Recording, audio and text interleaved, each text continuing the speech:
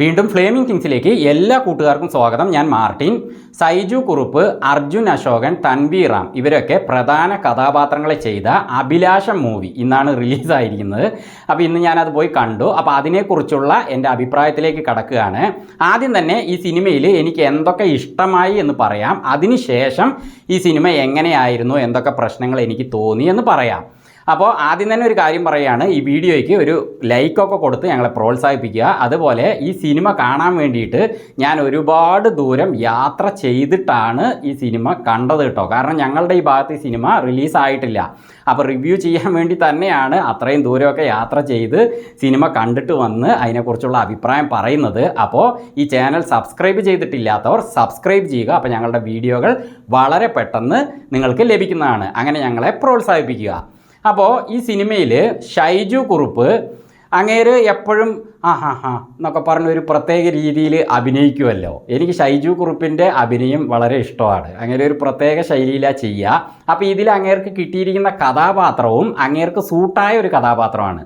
അപ്പോൾ അങ്ങേര് ഇതിലൊരു പ്രത്യേക രീതിയിൽ ഹെയർ സ്റ്റൈലൊക്കെ ചെയ്ത് എന്തോ അതുകൊണ്ടാണോ എന്നറിയില്ല, എന്തോ ഒരു ബോഡി ലാംഗ്വേജിലൊരു മാറ്റം തോന്നി. മെലിഞ്ഞിട്ടാണോ ഇനി ഈ ഹെയർ സ്റ്റൈലിൻ്റെ ഒരു മാറ്റമാണോ എന്താ അറിയില്ല, എന്തോ ഒരു മാറ്റം തോന്നി.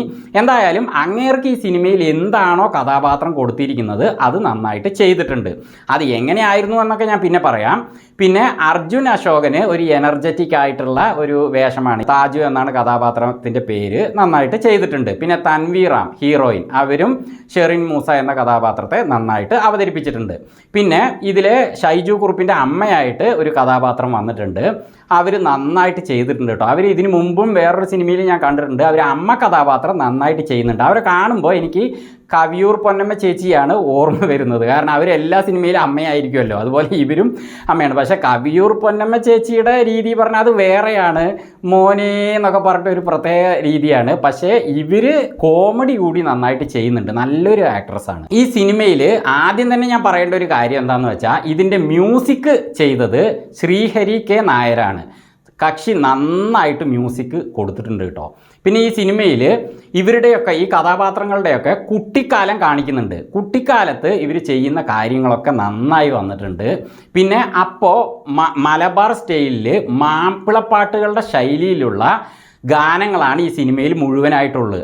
നന്നായിട്ടുണ്ട്. ആ പാട്ടുകളും കേൾക്കാൻ രസമുണ്ട്. പാട്ട് പാടിയവരും നന്നായിട്ട് പാടിയിട്ടുണ്ട്. അതിന് മ്യൂസിക്കും നന്നായിട്ട് കൊടുത്തിട്ടുണ്ട്. ഈ സിനിമയിൽ എനിക്ക് ഏറ്റവും ഇഷ്ടപ്പെട്ടത് ഇതിലെ ഗാനങ്ങളും അതിൻ്റെ ഈണവും ആ പാടിയ ശൈലിയും പിന്നെ ആ മ്യൂസിക്കൊക്കെയാണ്. അത് നന്നായിട്ട് വന്നിട്ടുണ്ട്. ഏറ്റവും ഇഷ്ടപ്പെട്ടത് അതാണ്.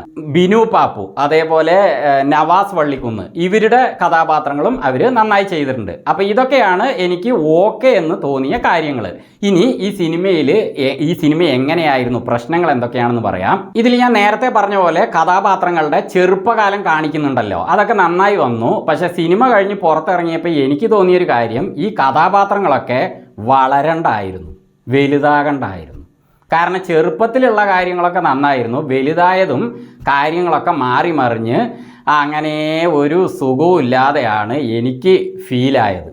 അതുകൊണ്ട് തന്നെ ഇവർ വളരണ്ടായിരുന്നു എന്ന് തോന്നിപ്പോയി. അപ്പോൾ ഇതിൽ നവാസ് വള്ളിക്കുന്നിൻ്റെ അജേഷ് അഡ്വക്കേറ്റാണ്. അജേഷ് കഥാപാത്രവും അതേപോലെ ഇതിലെ മറ്റൊരു കഥാപാത്രവും അഭിലാഷും രണ്ടുപേരും ചേർന്ന് ഒരു പ്ലാൻ ചെയ്യുന്നുണ്ട്.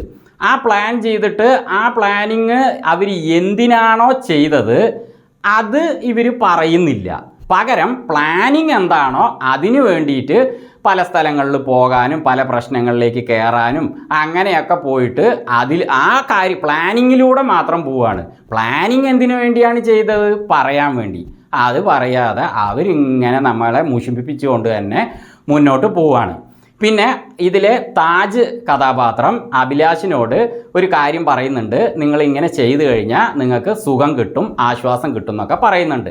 അപ്പോൾ അതേപോലെ ആ കഥാപാത്രം അത് കേട്ടിട്ട് അതേപോലെ ചെയ്യുന്നുണ്ട്. അപ്പോൾ അങ്ങേർക്ക് നല്ല സുഖം കിട്ടി, ആശ്വാസം കിട്ടി. അപ്പോൾ അത് കണ്ടപ്പോൾ നമ്മുടെ സൂപ്പർ സ്റ്റാറിന് നല്ല സുഖം കിട്ടി, ആശ്വാസം കിട്ടി എന്ന് വായും പൊളിച്ച് നോക്കി സീറ്റിലിരിക്കുമ്പോൾ പെട്ടെന്ന് തന്നെ സ്ക്രീൻ ഓഫായിട്ട് വീണ്ടും ഓണായിട്ട് പേരിട്ട് വരുന്നു. അപ്പോൾ ഞാൻ വിചാരിച്ചു പേരിട്ട് വന്നു കഴിഞ്ഞാൽ അത് കഴിഞ്ഞിട്ടും സിനിമ ഇപ്പോഴൊക്കെ അങ്ങനെ ചെയ്യുന്നുണ്ടല്ലോ, അങ്ങനെ ആയിരിക്കും കരുതിയപ്പോൾ പേരും ഇട്ട് കഴിഞ്ഞിട്ട് വീണ്ടും സ്ക്രീൻ ഓഫായി. തിയേറ്ററുകാർ ലൈറ്റ് വിട്ടു. അതായത് സിനിമ കഴിഞ്ഞു. അപ്പോൾ ഞാൻ വിചാരിച്ചു, അല്ല ഇതിലെ സൂപ്പർ സ്റ്റാറിന് നല്ല സുഖം കിട്ടി, ആശ്വാസം കിട്ടി, എനിക്ക് കിട്ടേണ്ട സുഖം എവിടെ? ഞാൻ 100 രൂപ കൊടുത്തിട്ട് ഞാൻ അവിടെ ഇരുന്ന് സിനിമ കണ്ടുകൊണ്ടിരിക്കുന്നു, എനിക്ക് സുഖം കിട്ടണ്ടേ? എനിക്ക് സുഖം കിട്ടിയില്ലല്ലോ, ഇതെന്താ ഇത് എന്ന് കരുതിയിട്ട് അന്തം വിട്ട കുന്തം പോലെ ഞാൻ നേരെ ഡോറിൻ്റെ അടുത്ത് എത്തി. അങ്ങനെ പുറത്തേക്ക് വരുമ്പോൾ എൻ്റെ പുറകെ തന്നെ ഉള്ളിലുണ്ടായിരുന്ന പ്രേക്ഷകർ വന്ന് അവരെന്തൊക്കെ പറഞ്ഞുകൊണ്ട് പോകുന്നു. അതൊന്നും ഞാൻ ഇവിടെ പറയുന്നില്ല, അതവിടെ ഇരിക്കട്ടെ. എന്തായാലും അതോർത്ത് ഞാൻ കുറേ ചിരിച്ചു. കാരണം ഇതിൽ ആ സൂപ്പർ സ്റ്റാറിന് എന്താണോ ആശ്വാസവും സുഖവും കിട്ടിയത് എനിക്ക് കിട്ടണ്ടേ? അതിനല്ലേ ഞാൻ അവിടെ പോയിരുന്നത് അത്ര നേരം. എനിക്കുള്ള സുഖമില്ല. ഞാൻ എന്താ പറഞ്ഞു വന്നതെന്ന് വെച്ചാൽ, ഇതിൻ്റെ കഥ എഴുതിയിരിക്കുന്നത് ജനിത് കാച്ചപ്പള്ളിയാണ്. അപ്പോൾ കഥ എഴുതുന്നത് ആരായാലും അവർക്ക് സുഖം കിട്ടുന്ന ഒരു കഥ എഴുതി വെച്ച് കഴിഞ്ഞാൽ ശരിയാവില്ലല്ലോ. ഇതിൽ സുഖമുണ്ട്, ഈ സുഖം നിങ്ങൾക്ക് മതി, അത് ആശ്വസിച്ചോളി എന്ന് പറഞ്ഞൊരു കഥ എഴുതിയാൽ സുഖം കിട്ടുമോ? അത് പ്രേക്ഷകർക്ക് സുഖം കിട്ടണം. അതേപോലെ ഇതിലെ കഥാപാത്രങ്ങൾ നന്നായി അഭിനയിച്ചു. ഇതിൽ അഭിനയിച്ച എല്ലാ കഥാപാത്രങ്ങളും തന്നെ നന്നായിട്ട് അഭിനയിച്ചിട്ടുണ്ട് കേട്ടോ. അവർക്ക് എന്താണോ കൊടുത്തിരിക്കുന്ന വേഷം അത് അവർ നന്നായി ചെയ്തിട്ടുണ്ട്. പക്ഷേ എന്താണോ പ്രേക്ഷകന് കിട്ടേണ്ട സംതൃപ്തി അത് കിട്ടണ്ടേ?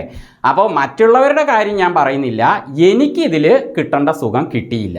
അങ്ങനെയാണ്, സംതൃപ്തി കിട്ടിയില്ല, ആശ്വാസം കിട്ടിയില്ല. അങ്ങനെയാണ് ഞാൻ പോകുന്നത്.